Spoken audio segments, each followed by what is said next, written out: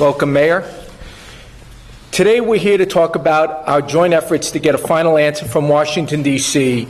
on New York's $10 billion Medicaid waiver, which is vital to protecting our hospitals and healthcare services throughout our state, especially in Brooklyn.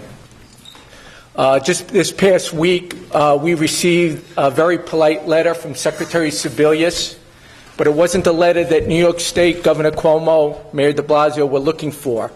The letter we're looking for is a commitment to that $10 billion waiver, a commitment we need now so that we can provide more affordable care and more accessible care to our residents here in New York State, especially those in Brooklyn. Governor Cuomo has been very vocal, and just recently in his budget presentation, he laid out the risks for if this delay goes on any further. Mayor de Blasio has also made it a point about protecting our hospitals and healthcare services in Brooklyn as one of his priorities. We look forward to hearing from Mayor de Blasio shortly, but first I am pleased to introduce our governor of the state of New York, Governor Andrew Cuomo. Thank you. Thank you very much. Thank you, Larry Schwartz, who's been working on this issue for a very long time. Thank all of you for taking the time to come down, my colleagues from the legislature. Special welcome to my friend, the Mayor of New York. Welcome up north. Good to see you here. Good to have you here. This is the official governor's office. It's called the Red Room. Not quite as ornate as the Assembly and the Senate chamber, yes. You'll notice. Much more spartan. Oh, yes. They appropriate the money. And so welcome to Albany, and I hope you enjoyed your first legislative session. It's always fun getting grilled by the legislature. I enjoy it. Yeah, it is enlightening. I try to do it several times a week, but I'm sure it went well. And again, welcome to New York. I'm very excited about the new mayor, and I'm excited about the potential for the city and the state. I've known this mayor for a long, long time. We use the word friend in politics often and sometimes casually, but the new mayor of New York truly is a friend in the deepest sense of the word. We go way back. We've worked together on a professional level. Personally, we're friends. So I'm excited about this. And I believe that we can do better for the city and for the state, given the relationship. So that is all good news. To the Assembly and the Senate, thank you for taking the time to come down. This is the representatives from Brooklyn, and this is a critical issue for Brooklyn. You remember Brooklyn, Bill? I've read about it. It sounds like a very fascinating place. Healthcare in New York, we have a great story to tell in healthcare and what we've done. But we're not out of the woods, and we have a number of hospitals across the state that are still financially distressed. And we have requested what's called a Medicaid waiver. It's a little bit of a misnomer, Medicaid waiver, but what the Medicaid waiver is basically funding from the federal government where they will provide a state funds to aid in the transformation of a health system to a system that actually better serves people and saves money. Sometimes you have to spend money to save money, as we've learned on the state side. And the federal government realizes that, and that's what the quote-unquote Medicaid waiver is.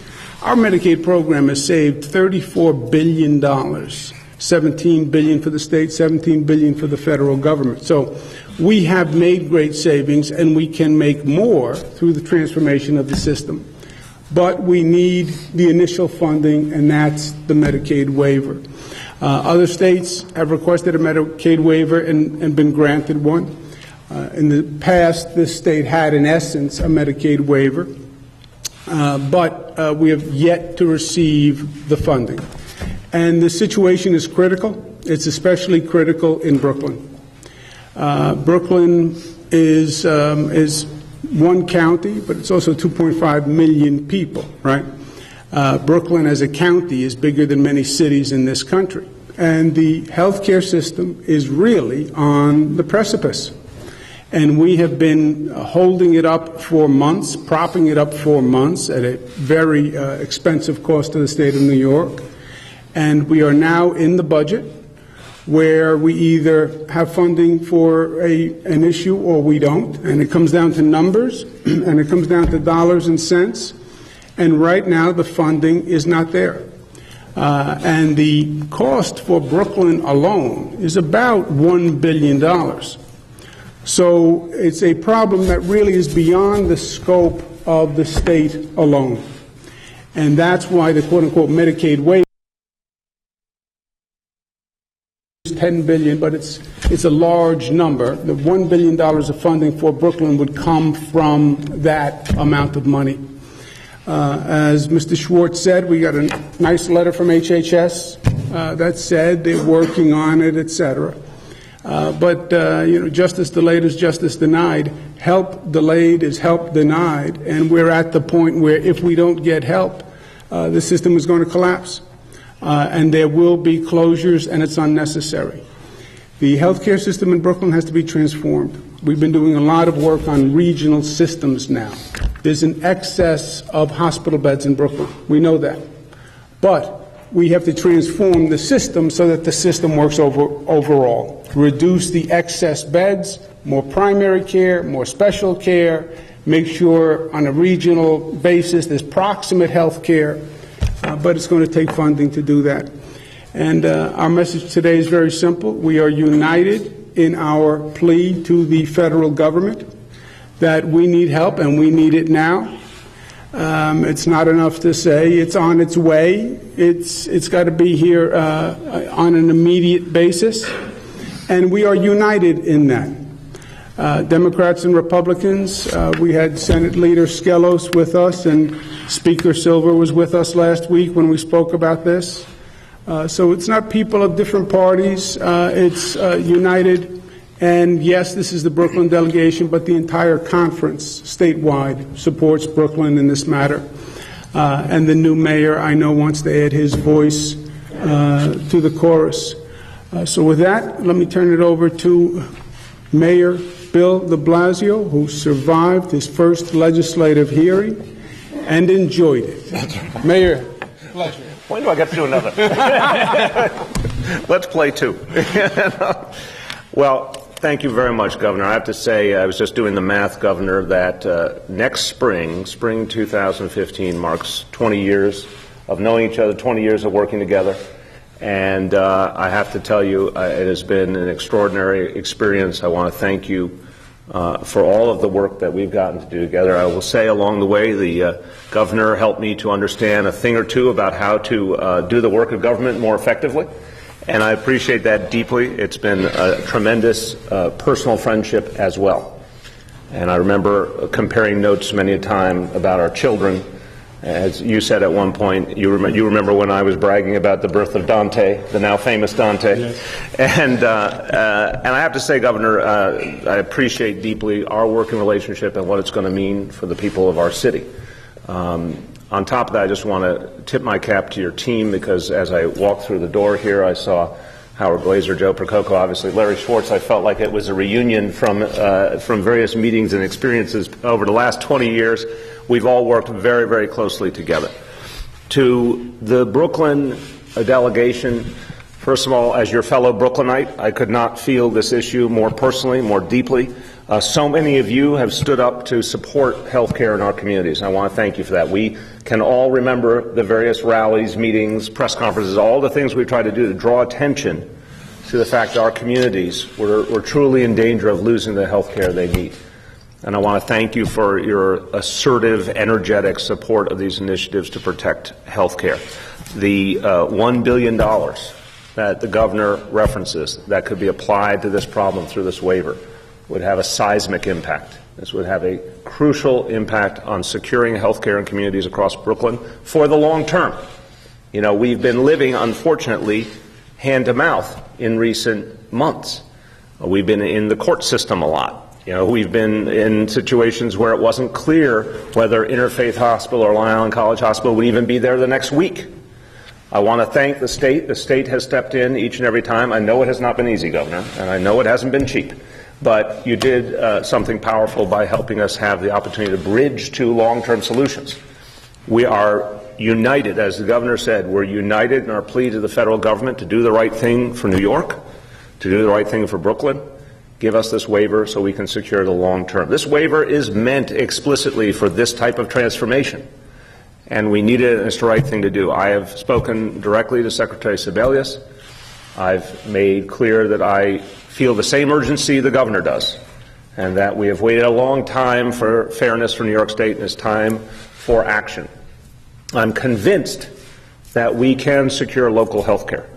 Yes, in every process there will be transformations, but I'm convinced that we can secure local health care, we can secure emergency room capacity, we can secure primary and preventative care, and some of the crucial services that each hospital specializes in, for example, some of the mental health capacity at Interfaith. So that's what we want to focus on. Governor, if you'll indulge me one more moment, just to say that I appreciate this governor's focus on this waiver because it comes against a backdrop of things that happened before he or I ever got to our respective offices. Over the last 12 years, we lost 12 hospitals in New York City.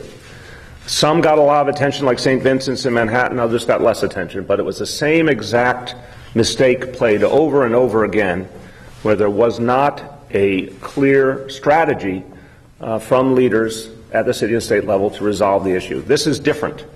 We are working together, and we're doing the right thing by saying to the federal government, you have to be at the table to help us solve the problem, because you have a tool at your disposal that would have a transformative effect.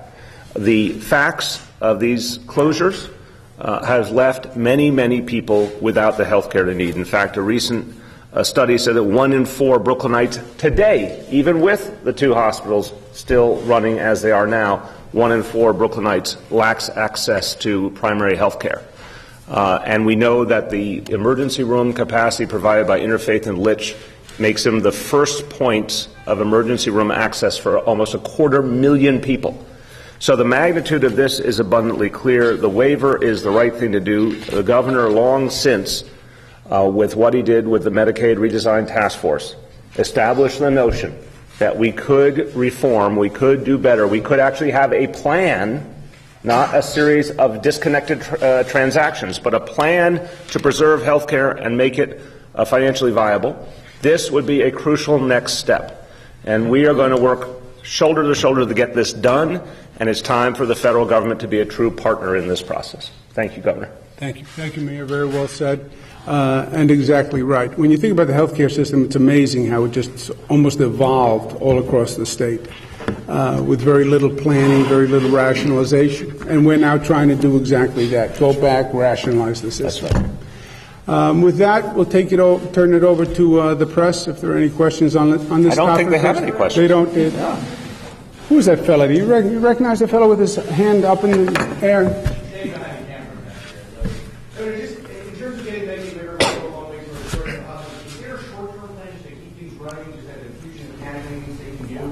You know, Zach, we've been doing the short-term plan for 18 months. The short-term plan, as the mayor said, is hand-to-mouth. It's month-to-month. And this is very expensive, literally hundreds of millions of dollars. And it's not an investment. We're not accomplishing anything. We're just in this holding pattern that is phenomenally expensive. We can't afford it to do anymore.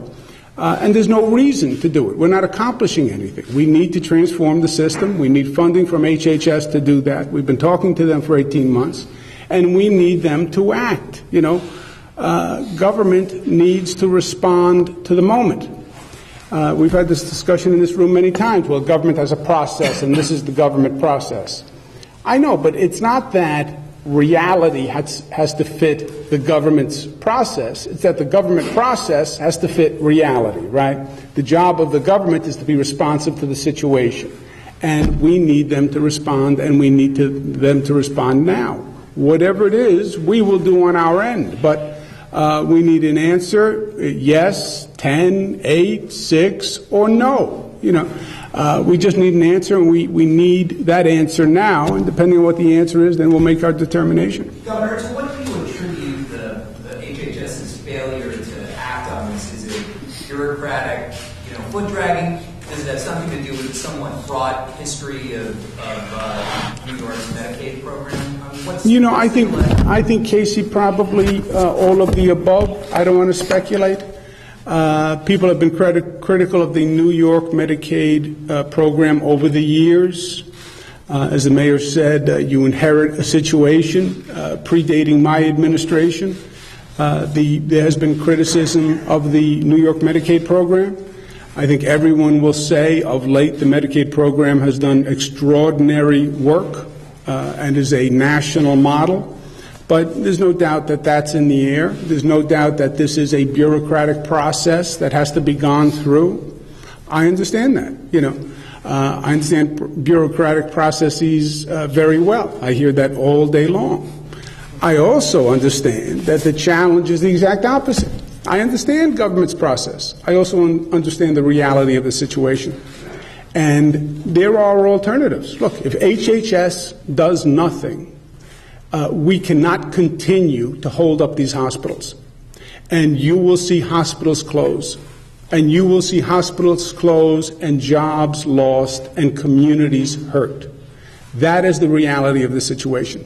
Government is supposed to stop that from happening whenever possible, especially when it's an unintelligent conclusion. Governor, it doesn't fund capital investment, and your budget proposed $1.2 billion in capital investment. There's a reference to private investment. Let me refer that to Jason Helgerson, who's been working more closely with CMS than I have on this. Sure, certainly, Governor. So the governor's proposal in the budget is $1.2 billion of capital to basically fill in the gap for what CMS says that they were not prepared to fund. I think it's important to point out that New York did have a waiver approved by CMS several years ago that did give us ability to spend money on capital, but they've changed their position on that. So the governor's budget really helps to fill that gap. The other component here is basically to allow pilot projects to bring in private equity, potentially to invest in some of these hospitals. The idea being that with both state borrowing, along with potentially in some of the projects some private equity, along with the waiver funds, collectively between those three sources, we'll be able to really fundamentally transform how healthcare is delivered so that it's sustainable well into the future, even beyond the life of this particular waiver.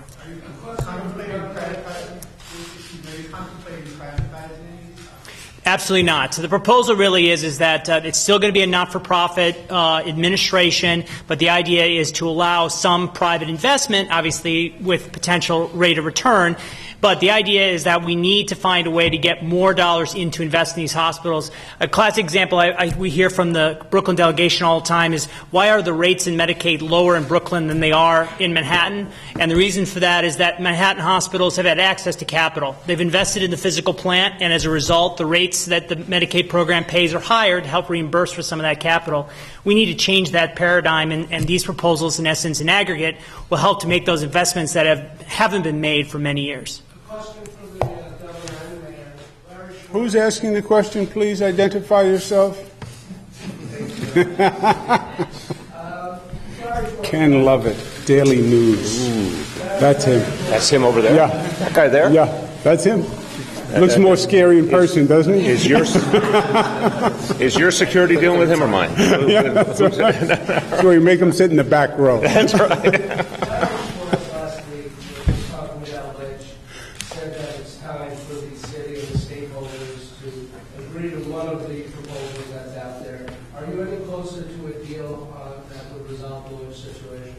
Let me refer that to Larry Schwartz.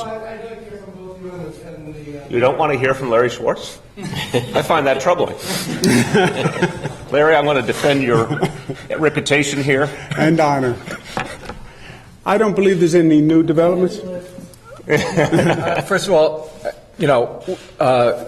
the governor's office and the mayor's office had excellent communication, and we're working very closely together to resolve this problem. I talked to Tony Shores, the mayor's first deputy mayor, on a daily basis, and we're working cooperatively and collaboratively on with SUNY to resolve this matter ASAP. Governor, given that the initial $10 billion waiver application included some of these capital costs, do you anticipate the final waiver, when the waiver is granted, it will be less than $10 billion? I don't like to negotiate against myself, John. We have the same conversation whether we're doing the budget or whatever we're doing, right? The $10 billion is a request. Is it feasible that the federal government comes back and says it's not $10 billion? And as I said, it's 10, it's 8, it's 6, whatever the number is. That is a feasible situation and outcome. But we're not going to negotiate ourselves. We requested $10 billion. We think that $10 billion is the right amount to invest. It is commonplace for these things to go back and forth and for the final outcome to be different than the request. That is true. Understanding that your budget, as it's crafted right now, does not rely on the waiver being granted. If it is granted, would that allow you to spend less state money on health care somewhere else in the budget? No, John, because we don't have the number in the budget. That's the point. We do not now have this number in the budget. So there is no way to do it without the granting of the waiver. It wouldn't free anything up in the budget because we don't have it in the budget. Am I making? Do you know what I'm saying, John? Well, but I think what I'm asking is, would you, given that you're not anticipating the budget, if you did have this $10 billion waiver, would that free something up elsewhere if you then added in waiver? Oh, you mean besides the $1 billion for Brooklyn? I don't believe so. Jason, do you know? No. In fact, the federal government does not want states to use waiver dollars to supplant. Right. So as a result, this is additive resources. This is new investments. Now, over time, we anticipate, as the governor said, that this will generate additional Medicaid savings, which will help us live within the global spending cap, which currently is the law of the state. So obviously, we think that it's going to make the system more efficient. But first, we need to really make some investments here to really make the system sustainable well into the future. Governor, if we can switch topics just for a second. This morning, the mayor talked repeatedly about local self-determination. Do you believe that the people of New York City should have the right to decide for themselves the city income tax? And if not, why not? Well, we have a state constitution, which sort of governs what we do here most days. Some would argue that concept on either side. The state constitution says the state approves taxation. Localities propose taxation at times, and then the state legislature has to make the determination. We talk about home rule. Home rule message is the device often by which a locality will express its opinion. But it's clear in the Constitution that the state has to pass a law to authorize local taxation. Otherwise, you'd have different taxation districts all across the state, potentially. And you could have tax wars with neighboring jurisdictions, so which would obviously wouldn't make sense for anyone. So the state is the planning basis for taxation by the Constitution. Is there anything the mayor can say or do to have you change your mind on this issue? Well, I think the mayor. Well, first, let's take a step back. On the pre-K issue we're talking about, well, you know the formula for success, Mr. Lovett. 2 steps, 1 caveat. Step 1 is decide what you want to do. Step 2 is do it. Caveat is step 1 is very difficult. It's normally the decision and the commitment. We have decided and we are committed to doing universal pre-K. And that is a very big deal. One of 4 states in the country. I believe with the mayor that it's one of the single best investments you can make in the education system and in young people. You can change people's lives, literally, by getting to them early during the formative period of the mind, etc. So this is a very big decision. We're excited about it. It'll make the city a better city and make the state a better state.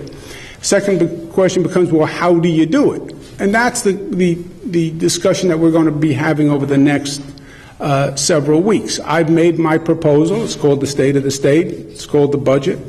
The Assembly will make theirs. The Senate will make theirs. The mayor will make his. And that's the conversation that we have, and that's the process that we're going through now, and that's why the mayor was here testifying today. But my proposal is my proposal. Like my proposal is $10 billion for the Medicaid waiver. That's my proposal. My proposal is the State of the State and is my budget. Are you saying that you're opening, you said that your proposal to the feds is not written in stone when it come back last. also open them to? You think the Senate and the Assembly may make a modification of my budget? Is that what you're suggesting? I am taken aback at the suggestion. I have made my proposal, and I believe my proposal is the best proposal for the state. And I would be shocked if the Senate or the Assembly tried to modify it. I just quick addition: the coordination, communication, cooperation between city and state, as the governor indicated, as Larry Schwartz indicated, is constant on a number of fronts. You know, guess what, guys? Once in a while we may have different perspectives, but we're going to work it through in a lot of different ways because we have a lot of fundamentally shared goals. In this case, personally, we've had a lot of the same vision of what government should be doing for people for a couple of decades, and we've been working together on that vision for a couple of decades in different ways. So I never have a problem with the notion that we might have different visions of what's the best way to get something done. But when you're in a constant state of dialogue trying to figure out ways to get things done for people, that's fine. And we'll continue to work together on many, many fronts. And the waiver is a great example of something we feel combined urgency on, and there's going to be a great joint effort to get this done. Let me take it one step further. I would argue that the test of the relationship, you know, when you think about governors and mayors, and modern political history, you have some relationships that were clearly not productive, right? What are you saying? I never read about that. It's vague enough that you really don't know what I'm saying. Keep it vague. You look back at the relationships in history where you would say, well, these were good relationships, right? Governor Harriman, Wagner, Rockefeller, Wagner. It's not that they were periods of time or relationships where there weren't differences of opinion. You will have differences of opinion. You have different positions, you have different jobs, you have different jurisdictions, you have different electorates, you have different needs. You will have differences. It's not that I don't have differences with the Assembly and the Senate from time to time. We do. It's how you deal with them. It's how you resolve them. Is it productive? Is it unproductive? Is it constructive? Is it destructive? That's the test of a relationship that works, and that's the test of leadership. And that's what I'm excited about with this new mayor. Let's take one more question then. I know the mayor has to go. Laura? So the state submitted its recent application to Medicaid back from hospitals, correct? I wouldn't say resubmitted. This has been an ongoing discussion back and forth for 18 months. Do you use the word, Jason, resubmitted? I would say we modified our proposal based on CMS feedback. Right. So Secretary Schwartz said last week that other states have waited 6 months, periods like that. If the state has to wait another 4 months to get this approved, can the court fund the hospital without? No. The short answer, no. And it's not that we have waited 18 months is the relevant time frame to the 6 months. The modification was at CMS's request. That's part of the dialogue. You know, we send in the form, the application. They say, "Well, do this." We send it back, doing what they said. That doesn't start the clock all over again, right? There'd be some bureaucratic game, right? Every time you send us a piece of paper, we reset the clock, and you never get to a deadline because we just keep resetting the clock. I can't believe that's what they're saying. Yeah, I would just a quick addition. I would say February is a really good month for the federal government to resolve this problem. Do you mean that if you don't have it by February, the hospitals will close by the end of the month? February is the last period that I can do a modification to our budget. It's not in our budget now. There are no funds to continue this. If we get the waiver, then I will do a budget modification. Governor, I have to ask a question and Mayor as well about pre-K. You both decided that you want pre-K to happen. So why the political test? Why don't you just walk into the room and make it happen? Why the back and forth with how it's going to happen as being played out so public? Beth, I like your confidence about the process of government. I really admire it. It's about the money. It's about the money. It's about the funding and how we do it. It's the little details. It's an ongoing dialogue. It's an ongoing dialogue, and we're obviously representing the common goal. And I said down in Washington at the Conference of Mayors, I applaud the governor for his leadership, which is being felt all over the country on the issue of pre-K. We have a pathway forward that we have to make sense of together, but that's just another day in government, and we're going to keep working together. Okay, guys, thank you. Larry Schwartz. Yes.